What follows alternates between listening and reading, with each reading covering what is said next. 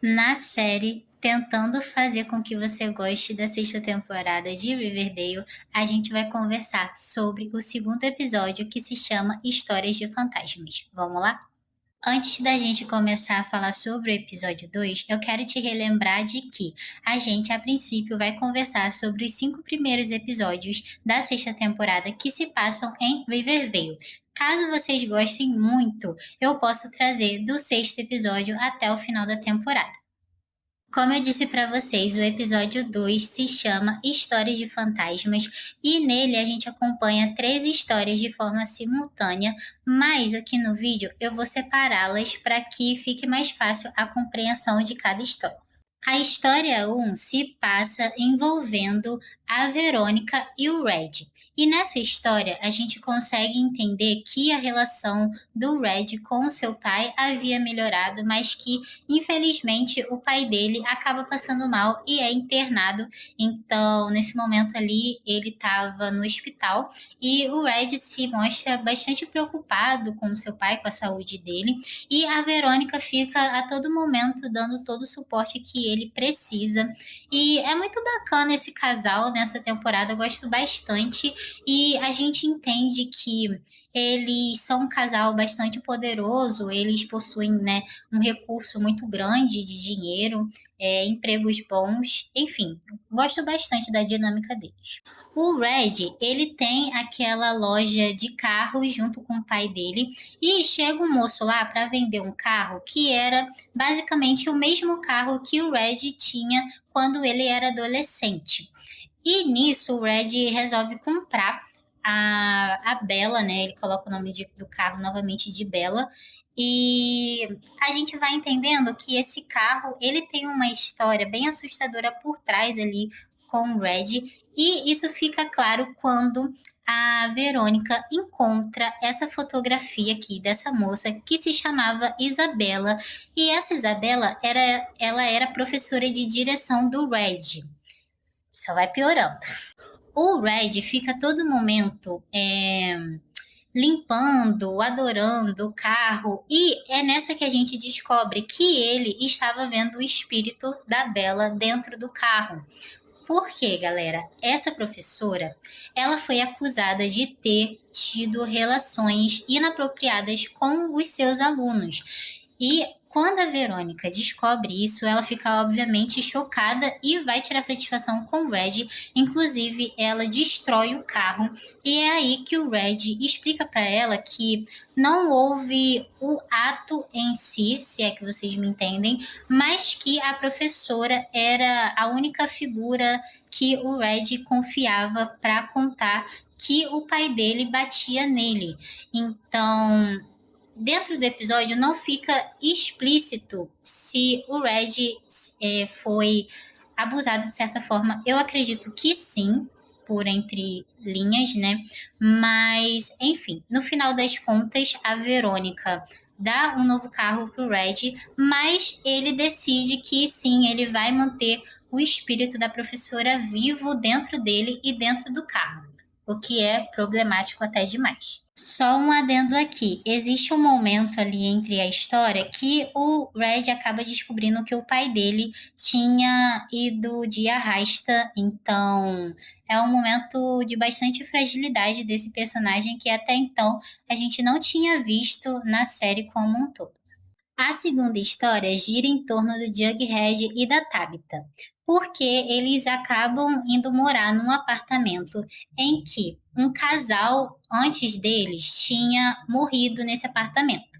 A menina tinha matado o seu namorado e após ela acaba cometendo, né, aquela palavrinha que a gente não pode falar aqui. Enfim, e aí, o que acontece? A Tabitha e o Jughead, eles acabam sendo assombrados pelo espírito desse casal, tanto a menina quanto o menino. Nesse período, o Jughead ele estava enfrentando uma certa dificuldade de escrever e tudo começa a acontecer, tudo começa a dar errado quando ele descobre um quarto secreto que tinha ali na casa e ele resolve transformar esse quarto secreto em um escritório. A partir disso, eles começam a brigar, eles começam a discutir. A Tabitha tem umas atitudes bem violentas, assim, em relação ao Jughead, mas a gente também entende que ela, nesse momento, ela estava se sentindo sobrecarregada, o que dá a entender que foi também uma brecha dos espíritos acabarem invadindo ali a relação deles dois. No final das contas, a Tabitha pede ajuda ao Pop Tate, que é o avô da Tabitha, e ele diz que em certo momento a lanchonete estava sendo assombrada e que o espírito que estava lá só foi embora quando se assustou quando os vidros da lanchonete acabaram explodindo todos. Então, desde esse dia, o espírito nunca mais voltou. E acaba que a Tabitha, ela vai para casa e ela fica muito revoltada porque ela descobre que o Jughead deixava a Beth ler os manuscritos, mas não quis deixar ela ler o que ele estava escrevendo ali no momento. Então ela simplesmente surta, quebra a máquina de escrever e é nessa que ela quase faz com que o Jughead vá de arrasta, assim como a menina fez com o seu namorado. E é nessa que ela percebe que, tipo, meu Deus, não vou deixar com que ela faça isso comigo. E eles acabam se resolvendo, então os espíritos acabam indo embora. E a Tabitha diz isso, que eles devem ter ficado tão assustados com a briga, porque realmente é uma briga feia, que eles devem ter ido embora por conta disso, que foi o que o avô dela tinha dito para ela. A última história, que é a minha favorita, é baseada na lenda de La Llorona, que é uma lenda mexicana com uma mistura ali de latino-americana, que é baseada na história de uma mãe que acabou afogando seus filhos no rio e, a partir da culpa, ela acaba vagando, chorando desesperadamente e procurando os seus filhos pelas vilas, vilarejos, né, e rios e lagos e afins.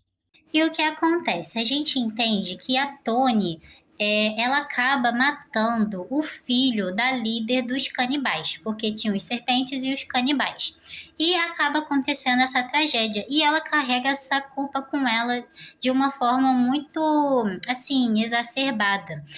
E a líder dos canibais acaba invocando o espírito de La Llorona para que ela raptasse, roubasse e levasse embora o filho da Tony, o bebê Anthony.